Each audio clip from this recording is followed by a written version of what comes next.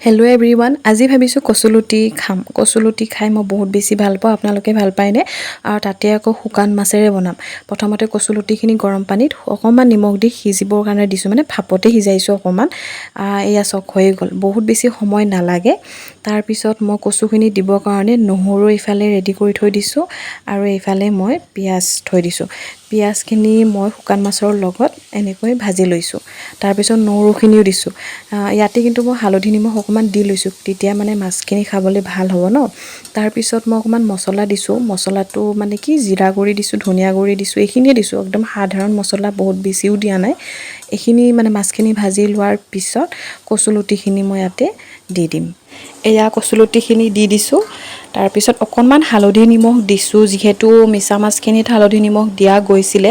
অকণমান মানে দিছোঁ, কাৰণ বেছি হ'লে খাবলৈ বহুত বেয়া লাগিবতো। অকণমান এনেকৈ দি ভাজি থকাৰ পিছত হৈয়ে যাব আৰু বহুত বেছি সময় নালাগেই। খুব কম সময়ৰ ভিতৰতে এয়া কচুলুটিখিনি বনোৱা হৈ গ'ল।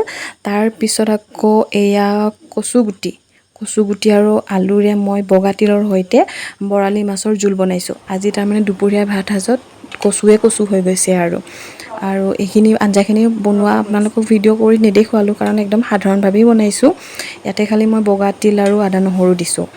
তাৰপিছত এই বৰালি মাছৰ লগতে অকণমান কণী আহিছিলে, গতিকে মায়ে ক'লে টেঙাৰ জোল বনোৱা, গতিকে এয়া সেই কণীখিনিৰে থেকেৰা টেঙাৰ অকণমান জোল বনাইছোঁ। আজি দুপৰীয়াৰ ভাত সাজ এইখিনিয়ে বনালোঁ। ভিডিঅ'টি চাই কেনে পালে জনাব।